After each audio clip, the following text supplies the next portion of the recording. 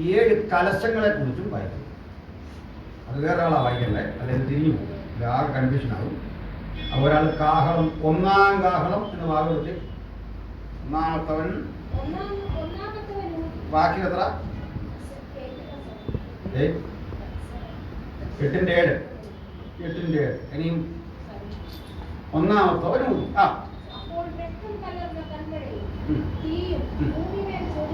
അപ്പോൾ രക്തം കലർന്ന കന്മഴയും തീയും ഭൂമിയിൽ ചൊരിഞ്ഞിട്ട് അവിടെ നിൽക്കെ.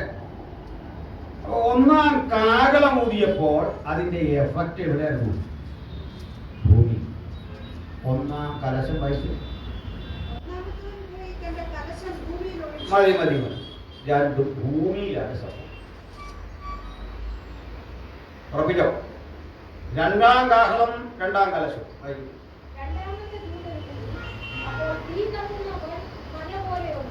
സമുദ്രത്തിൽ ആ കണക്ക് നോക്കണം. 1/3 രക്തമായി കടലിൽ. ഇനി കടലിലാണ്, സമുദ്രത്തിലാണ്. മതി. 3-ാം കാഹളവും 3-ാം കലശവും. ഒരു മഹാനക്ഷത്രം ആകാശത്തു നിന്ന് വീണു. നദികളിൽ 3/1 നീരുറവകളിന്മേലുമായിരുന്നു വീണത്. കാഞ്ഞിര നക്ഷത്രത്തിന്റെ പതനം. നദികളിലും നീരുറവകളിലുമാണ് 3-ാം കാഹളവും 3-ാം കലശവും. ഇനി 4-ാം കാഹളം. സൂര്യനിൽ 3/1 ചന്ദ്രനിൽ 3/1 നക്ഷത്രങ്ങളിൽ 3/1 ബാധ തട്ടി. സ്പേസിലേക്കാണ് അടുത്ത. അവിടെ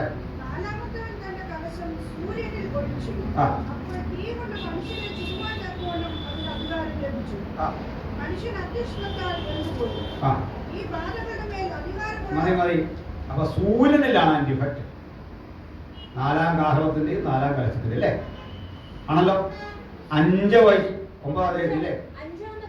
9-ന്റെ എത്ര? അഞ്ചാമത്തെ ദൂതൻ ഊതി. അപ്പോൾ ഒരു നക്ഷത്രം ആകാശത്തു നിന്ന് ഭൂമിയിൽ വീണുകിടക്കുന്നത് ഞാൻ കണ്ടു. അവൻ അഗാധഭൂമത്തിന്റെ താക്കോൽ ലഭിച്ചു. അവൻ അഗാധഭൂമം തുറന്നു. ഉടനെ പെരിഞ്ചൂളയിലെ പുക പോലെ ഭൂമത്തിൽ നിന്ന് പുക പൊങ്ങി. ഭൂമത്തിന്റെ പുകയാൽ സൂര്യനും ആകാശവും ഇരുണ്ടുപോയി. പുകയിൽ നിന്ന് വെട്ടുക്കിളി ഭൂമിയിൽ പുറപ്പെട്ടു. അതിന് ഭൂമിയിലെ തേളിനുള്ള ശക്തി ലഭിച്ചു. നെറ്റിയിൽ ദൈവത്തിന്റെ മുദ്രയില്ലാത്ത മനുഷ്യർക്കല്ലാതെ ഭൂമിയിലെ പുല്ലിനും പച്ചയായ ഒന്നിനും യാതൊരു വൃക്ഷത്തിനും കേട് വരുത്തരുതെന്ന് അതിന് കൽപ്പനയുണ്ടായി. 5-ാമത്തവൻ തന്റെ കലശം മൃഗത്തിന്റെ സിംഹാസനത്തിൽ ഒഴിച്ചു. ശരിയല്ലേ? അത് ഇരുണ്ടുപോയി അല്ലേ? അപ്പൊ ഇരുണ്ടുപോകുന്ന ഭൂമി പൊളിറ്റിക്കൽ ഒരു ഇരുള് വ്യാപരിച്ചുകൊണ്ട് കാഹളവും കലശവും ഇരുട്ടിലേക്ക് രാജ്യത്തെ തള്ളിവിടും. പിന്നെ 6. ആറാമത്തെ ദൂതൻ ഊതി. അപ്പോൾ ദൈവസന്നിധിയിലെ സ്വർണ്ണപീഠത്തിന്റെ കൊമ്പുകളിൽ നിന്ന് ഒരു ശബ്ദം കാഹളമുള്ള 6-ാം ദൂതനോട് യൂഫ്രട്ടീസ് എന്ന മഹാനദി തീരത്ത് ബന്ധിച്ചിരിക്കുന്ന 4 ദൂതന്മാരെയും അഴിച്ചുവിടുക എന്ന് പറയുന്നത് ഞാൻ കേട്ടു. യൂഫ്രട്ടീസ് നദീതടത്തിലെ 4 ദൂതന്മാരെ അഴിച്ചുവിടുക. ഇനി കലശം.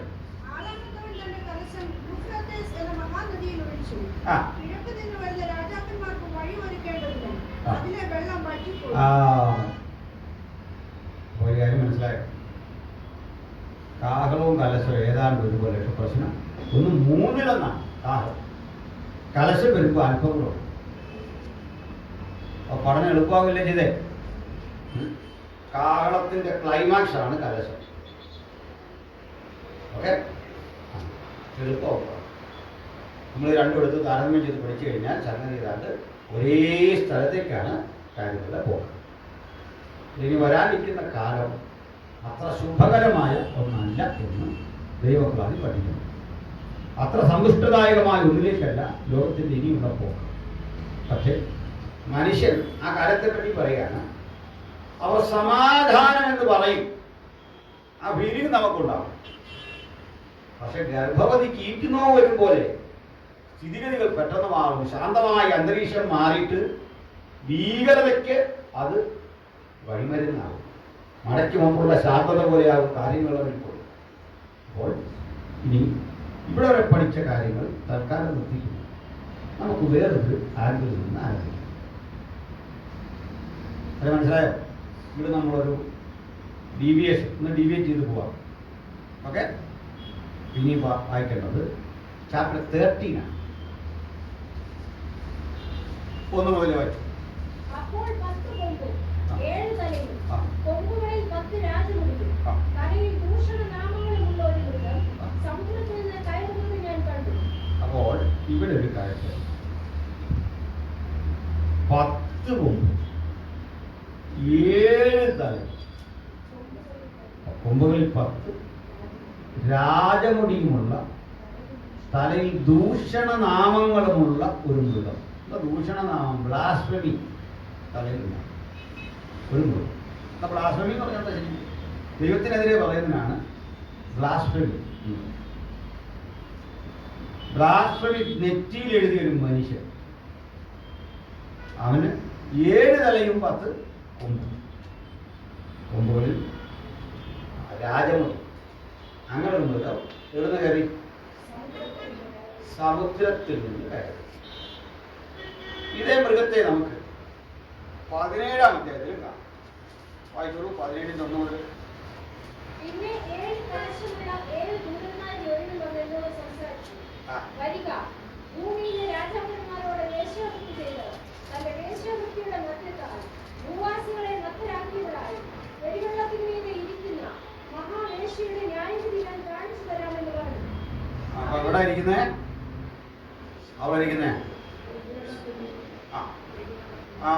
മൂന്നാം വാക്യം വായിച്ച്. അവൻ എന്നെ ആത്മാവിൽ മരുഭൂമിയിലേക്ക് കൊണ്ടുപോയി. അപ്പോൾ 7 തലയും 10 കൊമ്പും ഉള്ളതായി ദൂഷണനാമങ്ങൾ നിറഞ്ഞ് കടും ചുവപ്പുള്ള ഒരു മൃഗത്തിന്മേൽ ഒരു സ്ത്രീ ഇരിക്കുന്നത് ഞാൻ കണ്ടു. ആ സ്ത്രീ ധൂമ്രവർണ്ണവും കടും ചുവപ്പും നിറമുള്ള വസ്ത്രം ധരിച്ച് പൊന്നും രത്നവും മുത്തും അണിഞ്ഞവളായി തന്റെ വേശ്യാവൃത്തിയുടെ മേച്ചതയും. ഇവിടെ സെയിം മൃഗമാണോ നോക്കി അപ്പുറത്ത് കണ്ട. അവിടെ പറഞ്ഞു 7 തലയും 10 കൊമ്പും. അത് തിരിഞ്ഞു പോയെന്നല്ലോ. അവിടെ 10 കൊമ്പ് 7 തലയാ പറഞ്ഞ വേടെ കണക്ക് തെറ്റിട്ടില്ല. അല്ലേ? ശരിയല്ലേ? അത് എവിടുന്നാ കയറി വന്നേ? സമുദ്രത്തിൽ നിന്നൊരു മൃഗം. ആ മൃഗത്തിന്മീതെ ഇപ്പോഴും സ്ത്രീ. 15-ാം വാക്യം വായിച്ചൊക്കെ 17-15 ഈ വെള്ളം എന്താണെന്ന് അറിയാം. പിന്നെ അവൻ എന്നോട് പറഞ്ഞത്, നീ കണ്ടതും ദേശിരിക്കുന്നതുമായ വെള്ളം വംശങ്ങളും പുരുഷാരങ്ങളും ജാതികളും ഭാഷകളും. അപ്പൊ ജനസമുദായ കടലാണ്. വെറും കടലിൽ നിന്ന് വന്നൊന്നല്ല. ചൂണ്ടയിട്ടപ്പോ കയറി വന്നൊരു കുരുങ്ങിയ ആളൊന്നുമല്ല, വലയെ കുരുങ്ങിയായിരുന്നു. ജനസമുദായ കടലിൽ നിന്നൊരു മൃഗം 7 തലയും 10 കൊമ്പും കൊമ്പുകളിൽ 10 രാജമുടിയുമുള്ള ഈ മൃഗത്തെ ഇതിന്റെ മീതെ ഒരു സ്ത്രീ. പിന്നെ നീ ആദ്യ ആഴ്ചന്റെ ബാക്കി 13-ന്റെ നമ്മൾ തെളിവെടുത്ത് പോയതാണ്. അല്ലല്ല 13-ന്റെ 1 മുതൽ.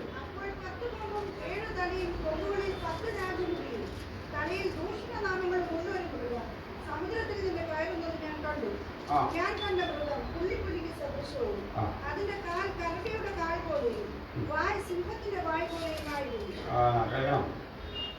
ഒരു മൃഗത്തെ നമ്മൾ കാണാം. മൃഗത്തിന്റെ രൂപം പുള്ളിപ്പുലിയാണ്. പുള്ളിപ്പുലിക്ക് സദൃശം, വായ സിംഹത്തിന്, കാല് കരടിയുടെ. പിന്നെ വായിക്കുന്നില്ല. 12-ാം അധ്യായത്തിൽ മഹാസർപ്പമുണ്ട്. അപ്പൊ ഇവിടെ ഒരു വിചിത്ര ജീവിയാണ്. 7 തലയും 10 കൊമ്പുണ്ട്. കൂടാതെ ഈ മൃഗം അതിന്റെ രൂപം പറയാണ് പുള്ളിപ്പുലി. അപ്പൊ എതിർ ക്രിസ്തു എന്നവൻ അവന്റെ ആ നേച്ചർ പുള്ളിപ്പുലിയുടേതാണ്, വായ സിംഹത്തിൻ്റെതാണ്, കാല് കരടിൻ്റെതാണ്. ഇതല്ല ഇന്നലെ നമ്മൾ പഠിച്ചത്. സിംഹം ബ്രിട്ടന്റെ അല്ലെങ്കിൽ ആംഗ്ലോ അമേരിക്കൻ വേൾഡാണെങ്കിൽ തേർഡ് വേൾഡാണ് ഈ പുലിപ്പുലി എന്ന് പറഞ്ഞത്. ഞാൻ തെളിവോട് ഇന്നലെ പറഞ്ഞാണ്. പിന്നെ കരടി റഷ്യ. ഒറ്റ വാക്കിൽ പറഞ്ഞാൽ ലോകത്തിലെ മേജർ പവേഴ്സ് എന്ന് പറയുന്ന ആംഗ്ലോ അമേരിക്കനും ബ്രിട്ടനും മൂന്നാം ലോകങ്ങളും ഒരുമിച്ച് ചേർന്ന് ഒരു മൂന്നാം ലോക പ്രതിനിധിയെ, ബ്ലാസ്ഫമി പറയുന്ന ഒരുവനെ, ദൂഷണം പറയുന്ന ഒരുവനെ ജനസമുദായ കടലിൽ നിന്ന് പൊക്കിയെടുക്കുമ്പോൾ ലൂസിഫർ എന്ന ഒരുവൻ അവന് തൻ്റെ ശക്തിയും അധികാരവും കൊടുക്കുന്നു. ഓക്കെ, ഒരു ലോക നേതാവിനെ പൊക്കിയെടുക്കുന്ന എവിടുന്നാ? അവന്റെ കാല് കരടിയുടെ റഷ്യന്നാണ്. അവന്റെ വായ സിംഹത്തിന്റെ. ആംഗ്ലോ അമേരിക്കൻ ആജ്ഞ കൊടുക്കുന്ന സ്ഥലമാണ് വായ, ഭാഷ. അപ്പോൾ ആജ്ഞാനുവർത്തിയായി അവൻ പെരുമാറണം. അവന്റെ വായ സ്വന്തമല്ലെന്ന്, അത് ആംഗ്ലോ അമേരിക്ക പറയുന്നതേ സംസാരിക്കും. പക്ഷേ കാലുറപ്പിച്ച് നിൽക്കുന്നത് റഷ്യനാണ്. അവനെന്ന വ്യക്തിയാകട്ടെ തേർഡ് വേൾഡ് ഇന്ത്യ, മൂന്നാം ലോകത്തിൽ. അവന് ഉള്ള ഗുണം പറയുക, അവന് 7 തലയുണ്ട്. തല 7ഉണ്ട്. ആ 7 തലയ്ക്ക് ചില പ്രത്യേകതകളുണ്ട്. അതൊക്കെ വിശദീകരിച്ച് നമുക്ക് വരാം സമയമുണ്ടെങ്കിൽ. കുമ്പുകളിൽ 10 രാജമുടിയുണ്ട്. അപ്പോൾ 10 രാജ്യങ്ങളുടെ സഖ്യം അവനെ പിന്തുണയ്ക്കാനുണ്ട്. തേർവേളിൽ നിന്നാണ് അവൻ വരുന്നത്. അവന്റെ നിലനിൽപ്പ് റഷ്യനാണ്. അവന്റെ ആജ്ഞ ആംഗ്ലോ വേൾഡ് ഇന്ത്യയാണ്. ഇത്തരം ഒരു ഏകാധിപത്യം. ഈ ഏകാധിപതിയുടെ പ്രത്യേകതകളിലേക്ക് പോവാം. അവൻ അധികാരം കൊടുത്തത് ലൂസിഫർ എന്ന പഴയ പാപം.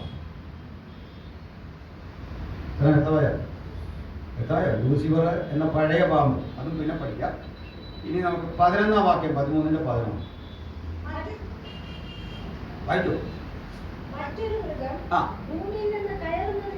അപ്പൊ ഒരു മൃഗം വന്നത് കടലിൽ നിന്നാണെങ്കിൽ ഇനി ഒരു മൃഗം വരുന്നത് ഭൂമിയിൽ നിന്ന്.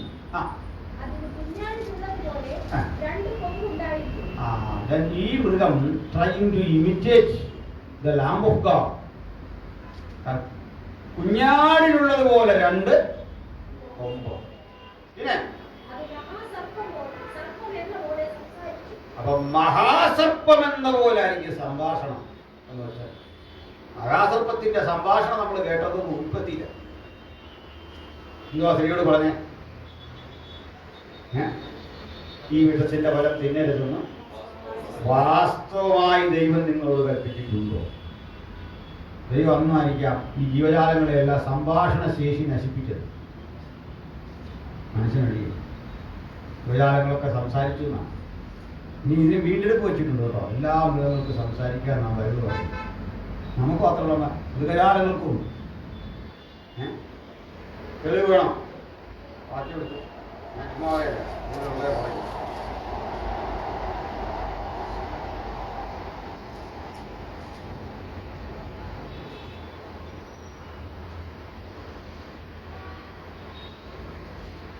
പതിമൂന്നാം വാക്യം, 5-13.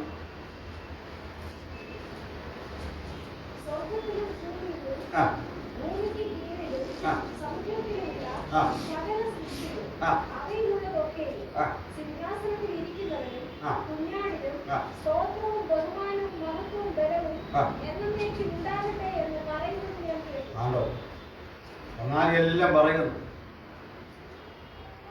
ഇവരെ തെളിവണം. വീണ്ടെടുക്കപ്പെട്ട അതുങ്ങൾക്ക് ഉണ്ടെന്ന് ഈ കഴിവേ. ഇനിയും തെളിവ് ഒന്നുകൂടെ വേണം. ഒരു തെളിവ് റോമാലേഖനം 8-ാം അധ്യായത്തിലേക്ക് വരാം.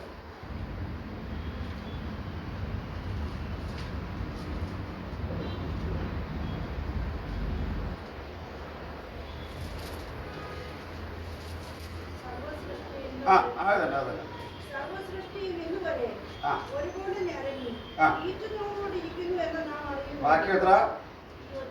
20. സർവസൃഷ്ടിയും 19 പോലെ വായിച്ചു.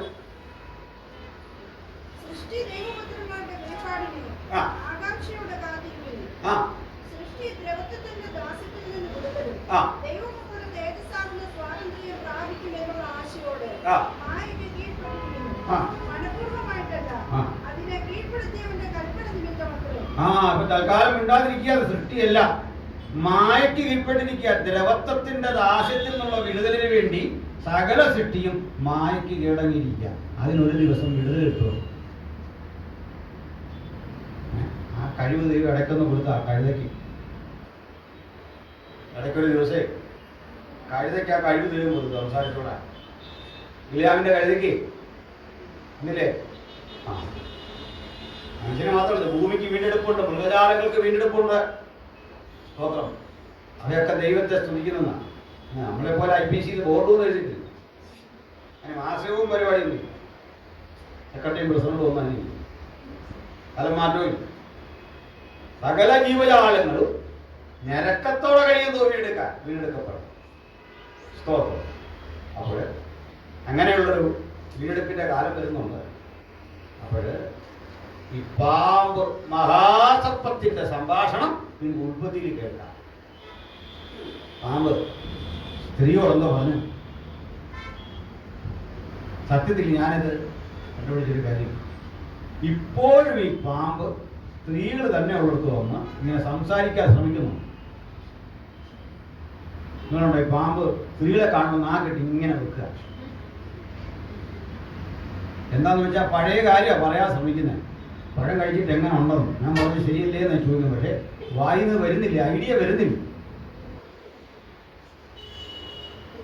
അത് എൻ്റെ ഒരു കണ്ടെത്തൽ. മിക്കവാറും പണ്ട് നമ്മുടെയൊക്കെ മുറ്റത്താണല്ലേ അരകല്ല അരയ്ക്കാനുണ്ട്. അവിടെ ചെന്ന് ഇങ്ങനെ നിൽക്കുമ്പോൾ അപ്പുറത്ത് കാണാൻ പാമ്പ് തന്നുകൊണ്ട് ഇങ്ങനെ വെക്കുക നാട്ടിട്ട്. നമ്മൾ വിശേഷം ചോദിക്കുക, സുഖമായിട്ടൊക്കെ ഇരിക്കുന്നോ? പഴം കഴിച്ചതിൻ്റെ മെച്ചമുണ്ടല്ലോ അല്ലേ? ഇതായി പറയുന്നത്. ശ്രമിച്ചുകൊണ്ടിരിക്കുക. എന്തിനാ പറഞ്ഞേ? പാമ്പ് സ്ത്രീയോട്.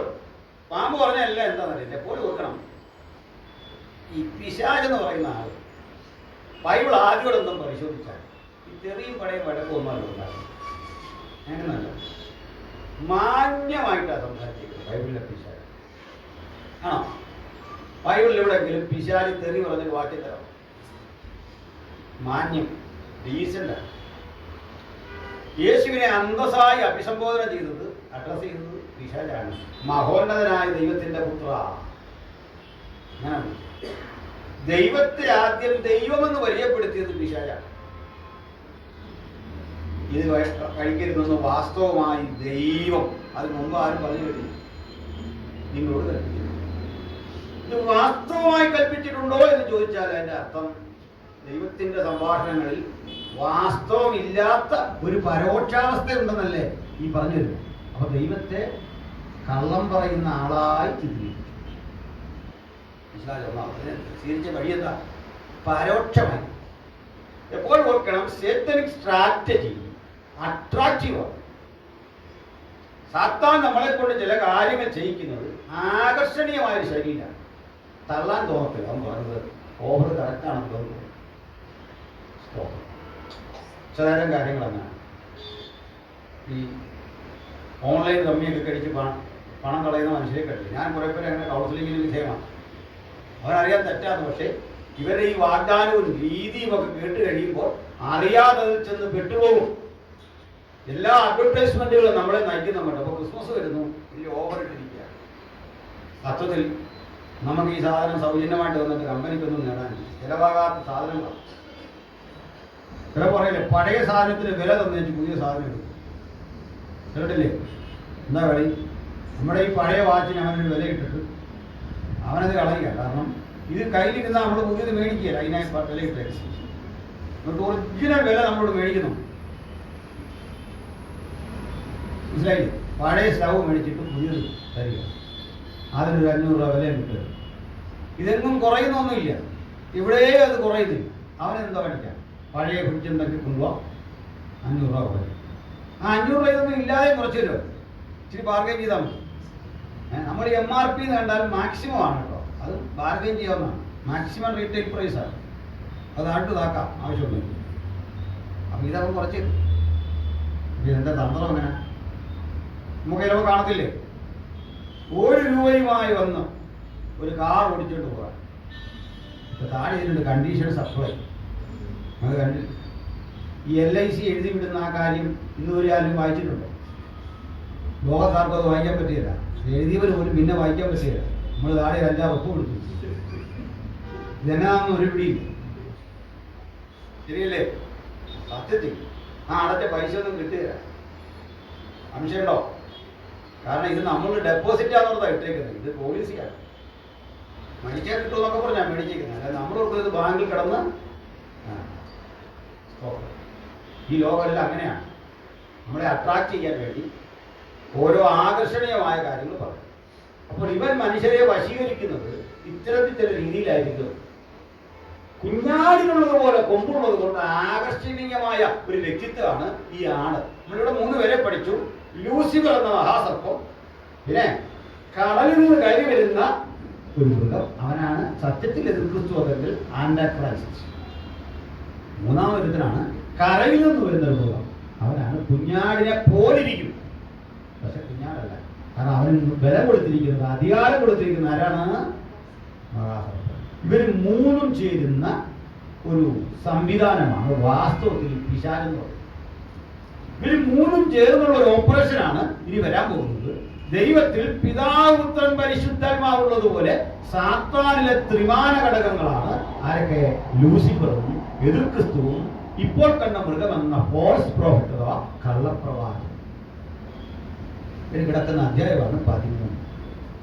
വളരെ ഇമ്പോർട്ടൻ്റ് ആണ്. ഇത് മറക്കാൻ. ഇനി അവന്റെ പരിപാടികളായിട്ട് വായിച്ച്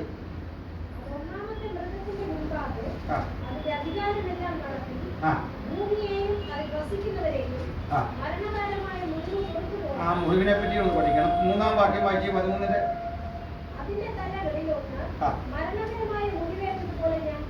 അപ്പൊ ഈ മൃഗമേ മരണകരമായ മുറിവെച്ച വിരൽ.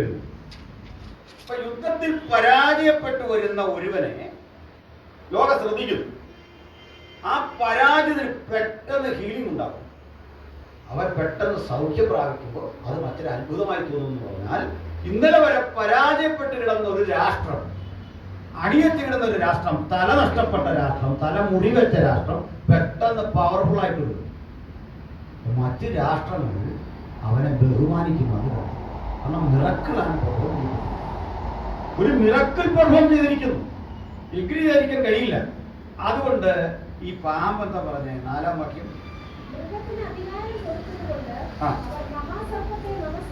അപ്പൊ മൃഗത്തെ ഇങ്ങനെ ഈ മുറിവ് കൊടുത്ത മൃഗത്തെ മഹാസർപ്പം പ്രൈസ് ചെയ്തു. അപ്പൊ ഈ മൃഗത്തെ ജനങ്ങൾ ബഹുമാനിക്കാൻ തുടങ്ങി, മഹാസർപ്പത്തെ ബഹുമാനിക്കാൻ തുടങ്ങി. എന്ന് വെച്ചാൽ നമുക്കറിയാം, വളരെ പെട്ടെന്ന് ഈവിൾ സ്പിരിറ്റിന്റെ ഒരു ലോകം, മന്ത്രവാദത്തിന്റെ ഒരു ലോകം ശക്തിപ്പെടുക. ഇത്രയും കാലം പുരോഗമിച്ചിട്ട് ഇതിനൊന്നൊരു കുറവ്. നമുക്കൊക്കെ ഇവിടെയാണ് യക്ഷിയെ കണ്ടു, പക്ഷിയെ കണ്ടു എന്നൊക്കെ പറഞ്ഞാൽ പേടി വരുന്നുണ്ട്. ഇംഗ്ലണ്ടിലൊക്കെ ചെന്നാൽ കുഞ്ഞുങ്ങൾക്ക് ഇതിൻ്റെ സന്തോഷം, അവരതിൻ്റെ പുറകെ പോകും. വലിയ ആഘോഷമാണ്. പിശാചുക്കളെ വർഷിപ്പ് ചെയ്യുന്ന കുഞ്ഞുങ്ങൾ തന്നെ മാറി. അപ്പോൾ ഇത് മോശപ്പെട്ട ഒന്നല്ല എന്ന നിലയിലേക്കാണ് ആളുകൾ. പിശാചുക്കളെ പറഞ്ഞ് നമ്മളിങ്ങനെ ആക്കിയതാണ്. അതുങ്ങൾ ആരെ ഉപദ്രവിക്കുന്നില്ല, നല്ല ശക്തിയാണെന്ന നിലയിലാണ്. ഈ നിലയിലേക്ക് മാറുമ്പോൾ ദൈവമെന്ന സർവത്തിനും കാരണഭൂതനായ സൃഷ്ടാവിനെ വിട്ടിട്ട് ഇത്തരം സ്പിരിറ്റുകളുടെ പിന്നാലെ മനുഷ്യൻ പോവുകയും അങ്ങനെ ലൂസിഫറിനെ ആരാധിക്കുന്ന ഒന്നിലേക്ക്. ഇവിടെ നമ്മൾ മനസ്സിലാക്കേണ്ടത്, നമ്മൾ ഇനി കേൾക്കുന്ന സേറ്റനിക് ചർച്ച് എന്നൊക്കെ ഒരു സംഗതി 666 എഴുതി വെച്ചിട്ടുണ്ട്. സേറ്റനിക്ക് ബൈബിളുണ്ട്.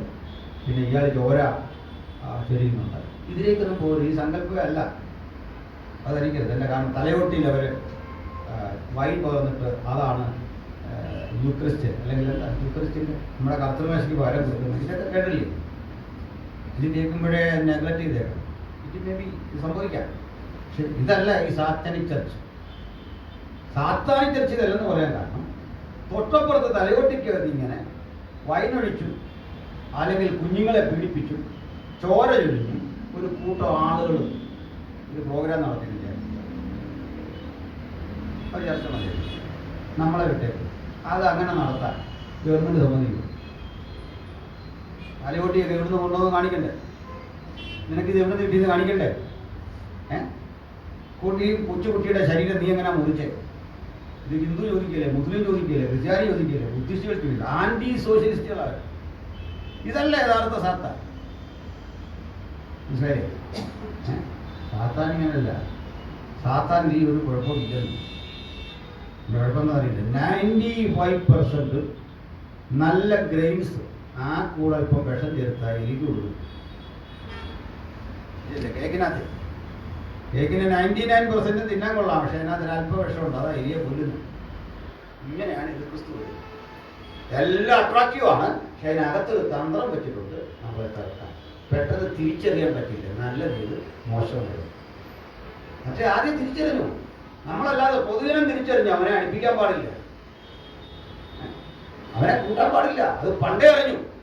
പക്ഷേ ഇത് നമ്മെ അനുകരിച്ച് നമുക്കിടയിലേക്കാണ് ഇവർ സ്വാധീനമുണ്ടാക്കാൻ പോകുന്നത്. അതുകൊണ്ട് ദൈവമക്കൾക്ക് ജാഗ്രത വേണം, അത്യധികം ജാഗ്രത. ബൈബിളിലെ സാത്താൻ നേരെ ആന്റി സോഷ്യലിസ്റ്റായിട്ട് നിൽക്കുകയല്ല, ക്രമേണ ക്രമേണ ക്രമേണ നമ്മെ തിരിച്ചുകൊണ്ട് പോവാണ്. ആ വോൾട്ടേജിനെ പറ്റി പറയാൻ ഒത്തിരി കേട്ടോ, വിവരിക്കാൻ കഴിയുന്നതിനപ്പുറത്താണ്. സാത്താന്റെ സഭയിൽ അവനിങ്ങനെ പാടിക്കൊണ്ടിരുന്നവൻ അവിടുന്ന് വിടുതൽ കിട്ടി വന്നു എന്നൊക്കെ പറഞ്ഞാൽ അതിനകത്തല്ല കാര്യം. അതൊരു കൾട്ടാണ്.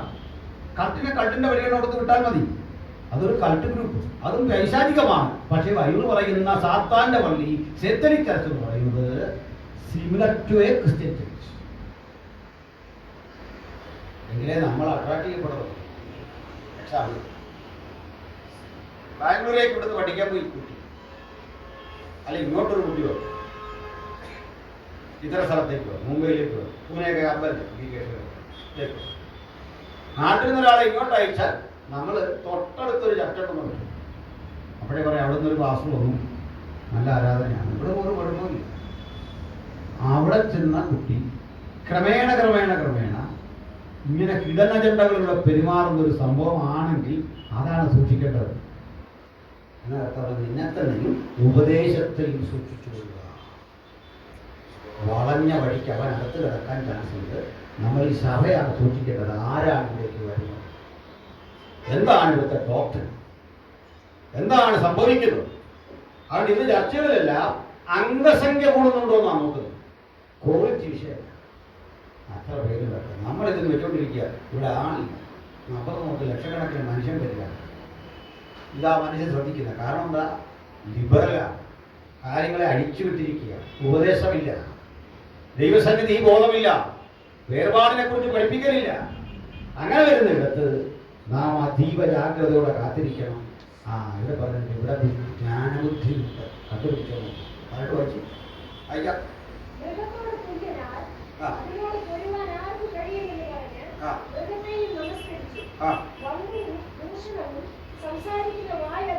ലഭിച്ചു. വമ്പും ദൂഷണവും സംസാരിക്കുന്ന വായ ലഭിച്ചു. ഇനി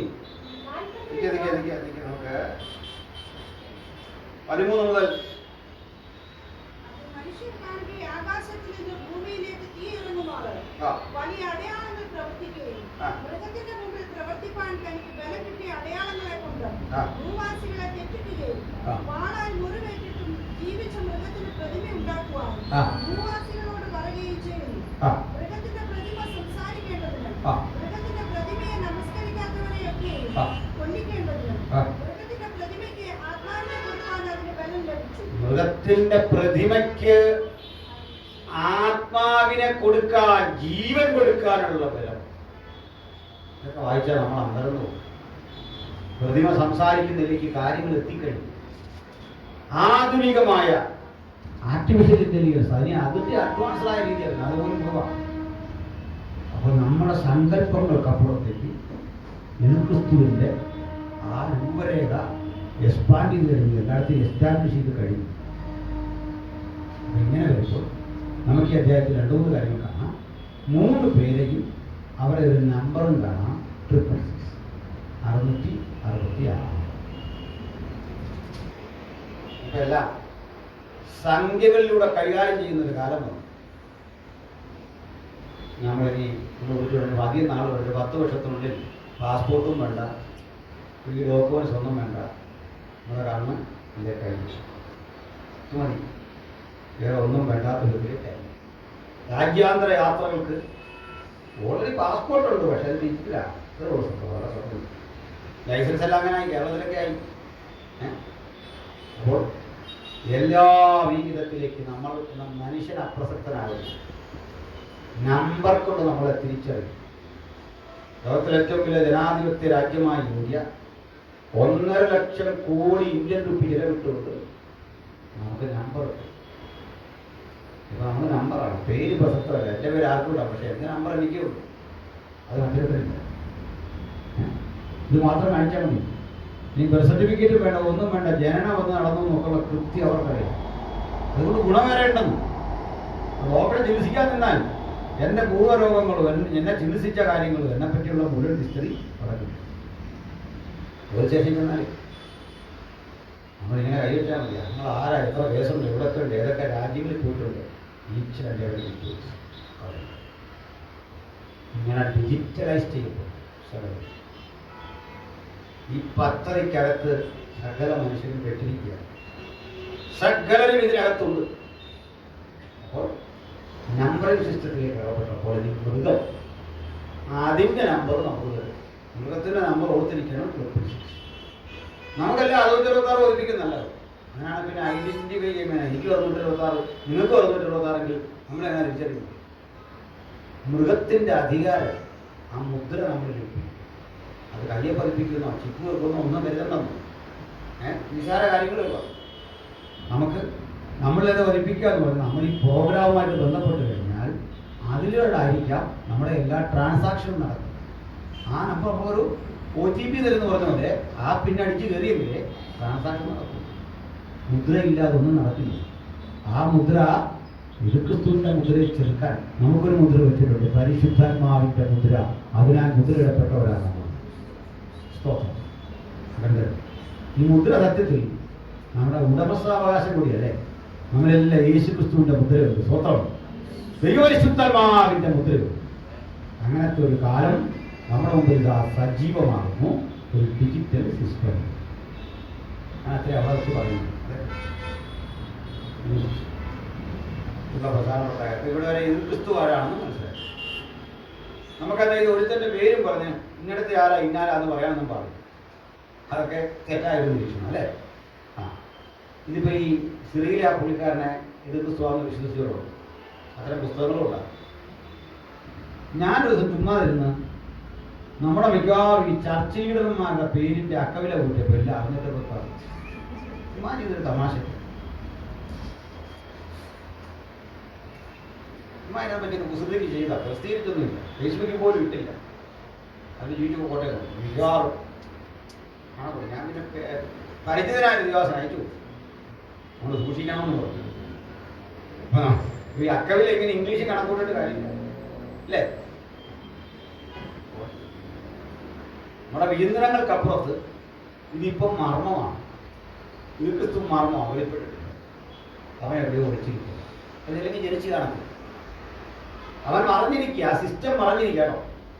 ദൈവം മറച്ചു വെച്ചത് ഞാൻ ഇന്നാന്ന് പറയേണ്ട കാര്യം. ദൈവം അവരുടെ അതിനകത്ത് സഭ അടക്കം ഇല്ലെന്ന് ചോദിച്ചാൽ അതിന് മുമ്പേ ആ സഭ എടുക്കാൻ ദൈവത്തിന് പദ്ധതി ഉണ്ടെങ്കിൽ ഞാൻ അതിനകത്തുള്ള വീട്ടിലുള്ള പോലെ കാര്യമുള്ളൂ. നമുക്കത് വെളിപ്പെട്ടിരിക്കും.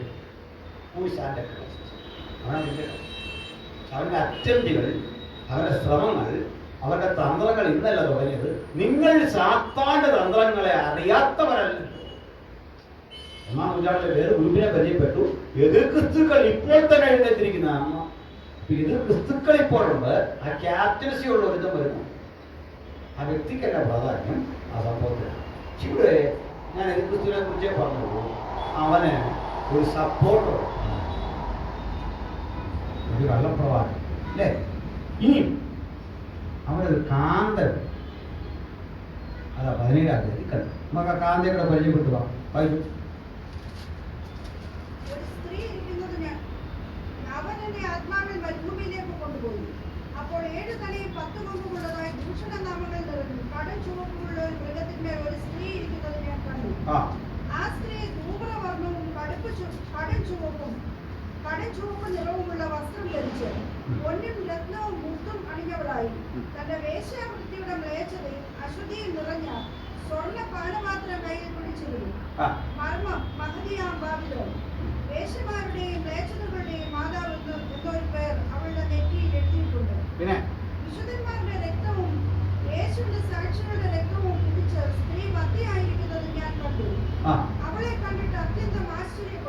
അവളെ കണ്ട യോഹന്നാൻ എന്തിനാ ആശ്ചര്യപ്പെട്ടത്? ഏതായാലും മോശം ഒരു സ്ത്രീയെ കണ്ട് ആശ്ചര്യപ്പെടേണ്ടായിരുന്നു. ഈരപ്പൻ ചന്ദനത്തടി കെട്ടിക്കുമ്പോൾ നമ്മൾ ആശ്ചര്യപ്പെടണം. അത് അയാളുടെ സ്വഭാവമാണ്. ശരിയല്ലേ? ശരിയല്ലേ? എന്നാൽ ഇത് ചെയ്യാത്തൊരാൾ ഇത് ചെയ്തെന്ന് കേൾക്കുമ്പോൾ നമുക്കുണ്ടാകുന്ന ആശ്ചര്യം, ഹൈ ഇവനോ. അപ്പോൾ യോഹന്നാൻ ആശ്ചര്യപ്പെടണേ പരിചയമുള്ളൊരു കക്ഷിയാണ്. ശരിയാണോ? അങ്ങനെ വചനം ചിന്തിക്കണം. അല്ലേ വെറുതെ ആശ്ചര്യം വരേണ്ട കാര്യമൊന്നും. എക്സാമ്പിൾ, നമ്മുടെ വീടിനടുത്ത് എന്നൊരു മനുഷ്യൻ ഒരു കൊലക്കേസിൽ പ്രതി നമ്മൾ എന്താ പറയുന്നത്, മാന്യനായ ഒരു മനുഷ്യൻ. ഒടുവിൽ 2-3 മാസം കഴിഞ്ഞ പോലീസ് യഥാർത്ഥ പ്രതിയെ അറസ്റ്റ് ചെയ്തുകൊണ്ട് വരും. ഇന്നലെ വരെ നമ്മൾ കണ്ടതാ. നമ്മൾ പിന്നെ ഒന്നുകൂടെ കാണാൻ പോവുകയില്ല. പോലീസ് കൊണ്ടുവരുമ്പോൾ ഇതിന് ആശ്ചര്യം, ഇവരിൽ പ്രതീക്ഷിച്ചില്ല. ദൂതൻ പറഞ്ഞു, നീ ഇതിൽ ആശ്ചര്യപ്പെടുകയൊന്നും വേണ്ട. നീ പ്രതീക്ഷിക്കാത്ത ഇടത്തു നിന്നാ ഇവന്റെ കാന്ത വരുന്നത്. ഇത് ക്രിസ്തുവിന്റെ സപ്പോർട്ടർ വരുന്നത്. ഞാൻ അവളെയും അവളെ ചുമക്കുന്ന മൃഗത്തിന്റെയും മർമ്മം നിനക്ക് പറഞ്ഞു. വായിച്ചു. ഈ കണ്ട മൃഗമോ ഉണ്ടായിരുന്നതും ഇപ്പോൾ ഇല്ലാത്തതും ഇനി അഗാധത്തിൽ നിന്ന് കയറി നാശത്തിലേക്ക് പോകുവാൻ ഇരിക്കുന്നതുമാകുന്നു. നന്നായിട്ട് ശ്രദ്ധിച്ചില്ലെങ്കിൽ ഒന്നും മനസ്സിലാവില്ല. ബ്രാഹ്മണ തെറ്റോ നോക്കി. നീ കണ്ട മൃഗം പണ്ട് അത് ഉണ്ടായിരുന്നു. പ്രസന്റ് ടെൻസിലറിയില്ല.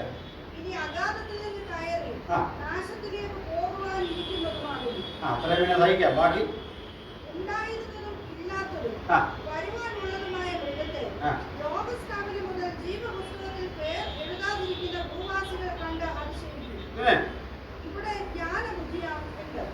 തലയേഴും സ്ത്രീ ഇരിക്കുന്ന 7 മലയാകുന്നു.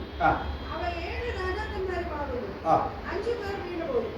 ഒരുത്തനുണ്ട്. പിന്നെ മറ്റവൻ ഇതുവരെ വന്നിട്ടില്ല. പിന്നെ വന്നാൽ പിന്നെ അവൻ കുറഞ്ഞൊന്ന് ഇരിക്കേണ്ടതാകുന്നു. പിന്നെ ഉണ്ടായിരുന്നതും ഇല്ലാത്തതുമായ മൃഗം 8-ാമത്തവനും 7 പേരിൽ ഉൾപ്പെട്ടവനും തന്നെ. കണ്ടുപിടിക്കാന്നാണ് ആലോചിച്ചത്. എന്തൊക്കെയാ എഴുതി. പണ്ടൊരു വീട്ടിൽ 101 തരം ചിക്കൻ കറി എന്നൊരു പുസ്തകം. ഒരു കോഴി അതെടുത്ത് വായിച്ചിട്ട് ഇതിനകത്ത് എന്തെല്ലാം ദൈവം എഴുതി വെച്ചിരിക്കുന്നു. എന്തെല്ലാം അസംബന്ധങ്ങളും എൻ്റെ കുലത്തിനെതിരെ. വഴി കരഞ്ഞുകൊണ്ട് വായിച്ചത്. 100 തരം ചിക്കൻ കറികൾ നമുക്ക് നല്ലതാണെങ്കിലും വായിച്ച കോഴിയുടെ ബുദ്ധിമുട്ട് എന്ന് പറഞ്ഞാൽ എന്തൊക്കെയായിരുന്നു. നമുക്ക് തീർച്ചയായിട്ടും ഒന്നുകൂടെ പഠിച്ചു പോകാം. ഈ മൃഗം പണ്ട് ഉണ്ടായിരുന്നു, ഇപ്പോഴില്ല. പക്ഷെ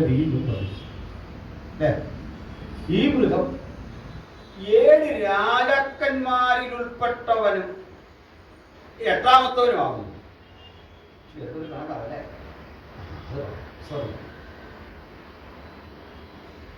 ഇസ്രയേലിനെ അധീനപ്പെടുത്തിയ ലോകരാഷ്ട്രങ്ങളുടെ കണക്കെടുത്തു 7 രാജാക്കന്മാർ അവരെ കോൺവെക്ട് ചെയ്തു.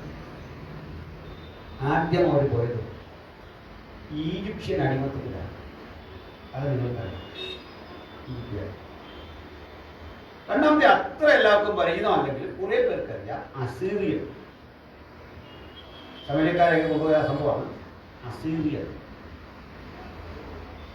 മൂന്നാമത്തെ സംഭവം നിങ്ങൾക്ക് വളരെ നന്നായിട്ട് അറിയാം, ബാബിലോൺ. 4 Persia, 5 Greece, 6 Rome. ശരിയാണോ? അതുവരെ ഇസ്രയേൽ ഇവരുടെ അടിമത്തത്തിന് കീഴിലാണ്. പിന്നെ ഇസ്രയേൽ അത് ചെതറിപ്പോയി.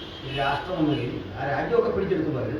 പക്ഷെ ഇസ്രയേൽ അതിന് കീഴ് വരത്തില്ല. ഈ പീപ്പിൾ ഓഫ് ഇസ്രയേൽ, ഇസ്രലൈറ്റ്സ്, അവർ തിരിച്ചിന്ന് വന്നപ്പോൾ അവരാഗ്രഹിച്ചു വന്നത് ദാവീദിൻ രാജ്യം വരാനാണ്. വന്നത് നെതന്യാഹുവിൻ്റെ ഒക്കെ രാജ്യം, അതല്ലെങ്കിൽ ബെൻഗുരിയോന്റെ ഒക്കെ രാജ്യം. പച്ചവാക്കിൽ പറഞ്ഞാൽ ജനാധിപത്യ ക്രമത്തിലേക്കാണ് പെട്ടുപോയി. ശരിയല്ലേ? അസ്ഥിരതയുള്ള ജനാധിപത്യ ക്രമത്തിലേക്ക് അവർ പെട്ടുപോയിട്ടുണ്ട്. അവർ പ്രതീക്ഷിച്ച തരത്തിൽ ഒരു മൂവ്മെന്റ് അവർ കാണുന്നു. ഇസ്രയേലിൽ ഇറാനെ പിന്തുണയ്ക്കുന്ന യഹൂദന്മാരുണ്ടായിരുന്ന കാര്യം അറിയോ? ഇല്ല. എന്തിനെന്നാൽ അതൊരു തീവ്രവാദ ഗ്രൂപ്പാണ്. ഇറാനുള്ള സ്നേഹമല്ല. ഇപ്പോൾ കാണുന്ന ഈ സിസ്റ്റം പോയെങ്കിൽ യഥാർത്ഥ ഇസ്രയേൽ ഉണ്ടാവും. അതുകൊണ്ട് ആരിതിനെ അടിച്ചാലും അടിക്കട്ടെ. നമുക്ക് വേണ്ടത് തോറ നടപ്പിലാക്കുന്ന, മോശ പറഞ്ഞ കൽപ്പന നടപ്പിലാക്കുന്ന, കല്ലെറിഞ്ഞു കൊല്ലുന്ന അക്കാലത്തെ പോലെ ഒരു റിലീജിയസ് ലൈഫ് വേണം. ഓട്ടസ്റ്റ്മെന്റിന്റെ പുനരാവിഷ്കരണം വേണം എന്ന് ചിന്തിക്കുന്ന യഥാസ്ഥിതിക ദൂതന്മാരവിടെ. യഥാസ്ഥിതി ദൂതന്മാർ. അപ്പൊ അവരാഗ്രഹം ദാവീദിന്റെ രാജ്യം, അതിന്റെ കാര്യങ്ങൾ പറയുകയാണ്. മോശ പറയുന്ന പോലെ, മോശ ഡിസൈൻ ചെയ്ത പോലെ രാജ്യം എന്താണെന്നറിയണ്ടേ? മിസ്രൈമിലുള്ള നദിയായ നൈൽ മുതൽ മഹാനദി വരെയുള്ള സ്ഥലം, ഏതാണ്ട് ഈജിപ്തിന്റെ പാതി മുതൽ ഇറാഖിന്റെ പാതി വരെയുള്ള സ്ഥലം പിടിച്ചെടുത്ത് അവിടെ വസിക്കുന്ന ഒരു ഇസ്രയേൽ ജനതയാണ് വാസ്തവത്തിൽ അവർ സങ്കല്പം. ഓക്കെ, ഇതുകൊണ്ടാണ് ഇസാക്ക് റാബീൻ എന്ന് പറയുന്ന ഒരു ഭരണാധികാരിയെ ഒരു യൂണിവേഴ്സിറ്റി വിദ്യാർത്ഥി വെടിവെച്ചു കൊടുത്തു. എന്തായിരുന്നു കാരണം? ഗോലാൻ കുന്നുകൾ തിരിച്ചു കൊടുത്തു. തുർക്കിന്റെ അടുത്താണ് പിടിച്ചെടുത്ത 6 ദിവസത്തെ യുദ്ധത്തിൽ പിടിച്ചെടുത്തതാണ് ഗോലാൻ കുന്ന്. ആ ഗോലാൻ കുന്ന് ഇപ്പോൾ അടുത്ത കാലത്ത് നെതന്യാഹു തിരിച്ചു പിടിച്ചു.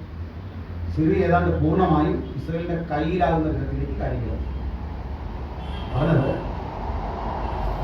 ഇസ്രയേൽ 6 മഹാശക്തികൾക്ക് കീഴടങ്ങി. 7ാമത് ഒരു പുത്തൻ ജനാധിപത്യ ക്രമത്തിൽ അവർ പോയി. വാസ്തവത്തിൽ പോലും ഇസ്രയേലിന് ഒരു Anglo Britain control, Anglo American control ഒരു തമസമാണ് അല്ലേ?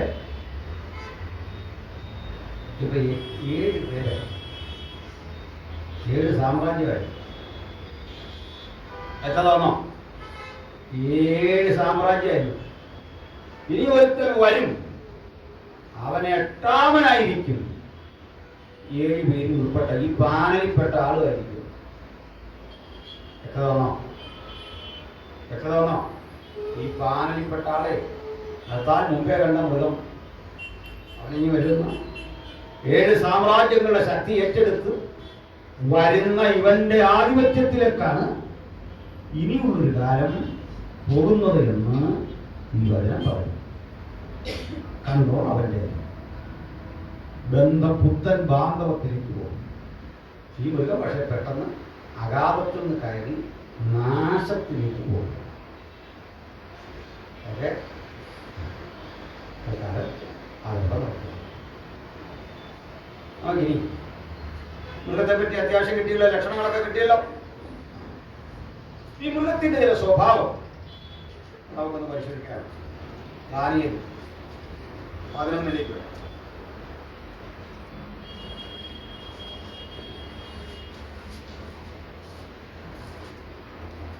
ക്രിസ്തു എന്ന മൃഗത്തെ ഇവിടെ തിരിച്ചറിയാനുള്ള ചില ലക്ഷണങ്ങൾ ദൈവത്തിന്റെ പരിശുദ്ധാത്മാവ് അവിടെ ഇട്ടിട്ടുണ്ട്. വിക്രമനും ആ രാജാവ്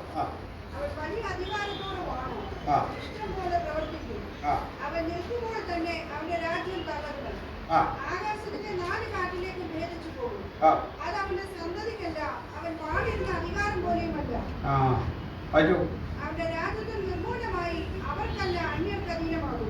ഇനി 35 മുതൽ വായിച്ചേ. ഒത്തിരി ഉണ്ട്, അപ്പൊ വായിക്കേണ്ടതാ. 11 പരിശോധനയും ശുദ്ധീകരണവും സാധിക്കേണ്ടതിന് ബുദ്ധിമാന്മാരിൽ ചിലർ വീഴും. നിശ്ചയിക്കപ്പെട്ട കാലത്ത് മാത്രം അന്തം വരും. പിന്നെ രാജാവോ ഇഷ്ടം പോലെ പ്രവർത്തിക്കും.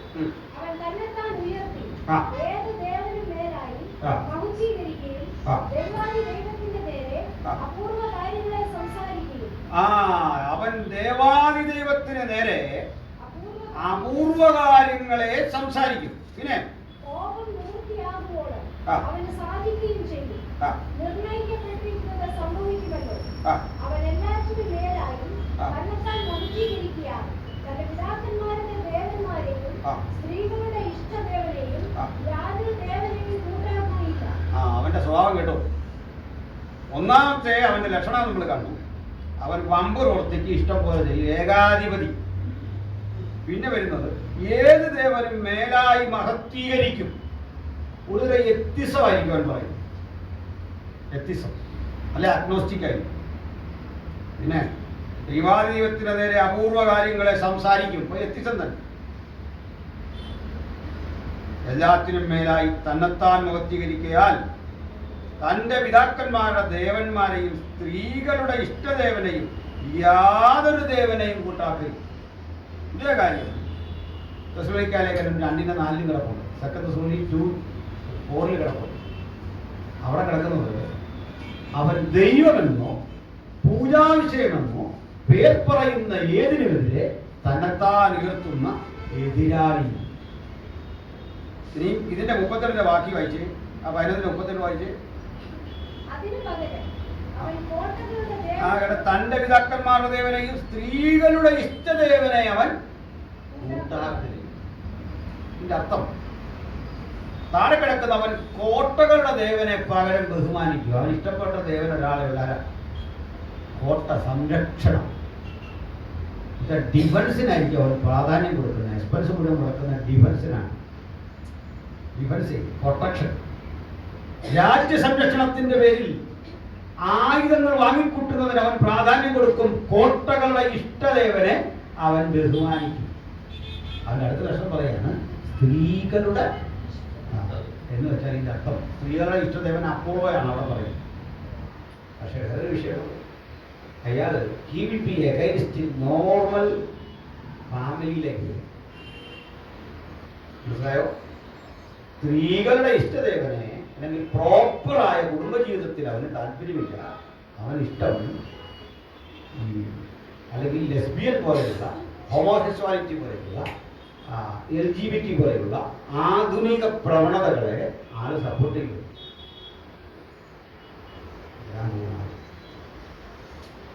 മനസ്സിലായോ? വരുന്നവന്റെ ലക്ഷണം കഴിക്കോ? ഞാൻ ഇന്നലെ പാസ്വേഡ് സംസാരിക്കുമ്പോൾ പറഞ്ഞു, ഇനി നമ്മൾ ചർച്ച ചെയ്യാൻ പോകുന്ന പ്രധാനപ്പെട്ട വിഷയം ഇവരെ സഭയ്ക്കുള്ളിൽ എടുക്കാമോ വേണ്ടയോ എന്നുള്ളതായിരിക്കണം. നമ്മുടെ സഭകളിൽ എടുക്കാൻ പോകുന്ന ഏറ്റവും വലിയ ചർച്ചാ വിഷയം അടുത്ത 10 വർഷം.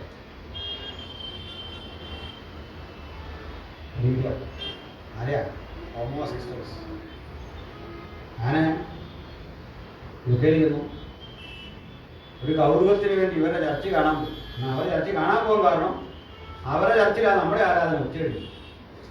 വാടകയ്ക്കെടുത്ത് എത്രയോ വേറെ കിട്ടത്തില്ല. കണ്ടീഷൻ ഇതില്ല, അവർക്കെതിരെ ഒന്നും പറയാൻ പാടില്ല. എന്താ ഡിസ്ക്രിമിനേഷനായിട്ട് പോകും. ഇതാ ഭാഷ നല്ലൊരു മനുഷ്യനാണ്. ഇനി പറഞ്ഞാൽ അതൊന്നും നോക്കണ്ട, ദൈവം തരുന്ന പോലെ സംസാരിച്ചോളാം. ഞാൻ എനിക്കറിയാവുന്ന ഇംഗ്ലീഷ് ചെയ്യുന്നില്ല, അവന് മനസ്സിലാക്കണം. പുറത്തിറങ്ങി കേട്ടു നിൽക്കുക. എനിക്കെന്ന് പറഞ്ഞു നമ്മളെ പിടിച്ചകത്തിലാണ്, നമ്മളെ പിടിച്ചകത്തിലാണ് അവർക്ക്. അതൊന്നും പറ്റിയില്ല. ഈ ഇതിലേക്ക് നമ്മുടെ രാജ്യവും മാറുകയാണ്.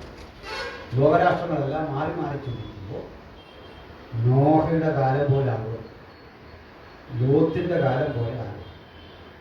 അതിനെ പറഞ്ഞുണ്ട് സ്തോത്രം. നമ്മൾ എത്തി നിൽക്കുന്നത് എവിടെയാണെന്ന് ആലോചിച്ചാട്ടെ. കർത്താവിൻ്റെ വരവിൻ്റെ ശബ്ദം ഒരു വെളിപ്പാടകലെ നമ്മുടെ കാതിലേക്ക് കേൾക്കാവുന്നതാണ്. ലോകരാഷ്ട്രങ്ങൾ വരുന്നു. ഓക്കെ, ഇനി ഒരു വചനം കൂടെ പരിശോധിച്ച് മുമ്പോട്ട് പോകാം. ഇത്രയും വ്യക്തമാണോ? യേശുക്രിസ്തുവിന്റെ കുറേ ലക്ഷണങ്ങളാണ് ഞാൻ പറഞ്ഞു. ഇതുവരെ നമ്മൾ ഒരു കക്ഷിയെ കാര്യമായിട്ട് പരിചയപ്പെട്ടു. യേശുക്രിസ്തുവിനെ പരിചയപ്പെട്ടു. കള്ളപ്രവാചകൻ ആരെങ്കിലും വരട്ടെ, ഒരു കക്ഷിയെ കാര്യമായിട്ട് പരിചയപ്പെട്ടു. സത്യത്തിൽ ലൂസിഫർ എന്നവനെ നമ്മൾ നന്നായിട്ട് പരിചയപ്പെട്ടിരിക്കുക. അതെവിടെ കിടക്കുന്ന അവനെപ്പറ്റി യെശയ്യാ 14 അല്ലേ? അന്ന് വായിച്ച് അവനെ പറ്റി പറയുന്ന വാക്യം 14:12 മുതൽ വായിക്കും.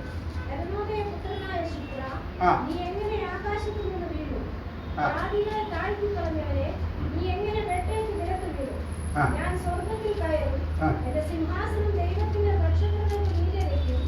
ഉത്തരദിക്കിന്റെ അതിർത്തിയിൽ സമാഗമ പർവ്വതത്തിന്റെ ഞാൻ ഇടി കരുതും. ഞാൻ മേഘോന്നതങ്ങൾക്ക് മീതെ കയറും. ഞാൻ അത്യുന്നതനോട്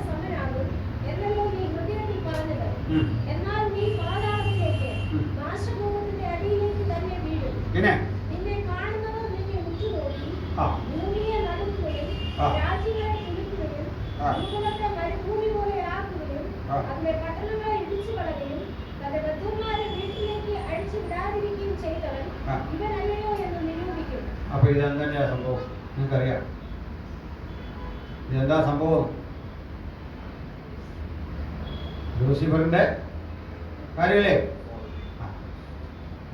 ഈ ലൂസിഫറിന്റെ കാര്യം പറയുമ്പോൾ അങ്ങനെ ചില പ്രശ്നങ്ങൾ വരുന്നതാണ്.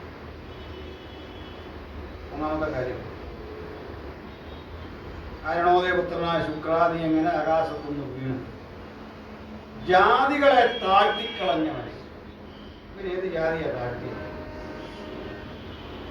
അന്ന് വെറ്റാറ്റി വീണപ്പെടി ഇതിനാരെയാ താഴ്ത്തി?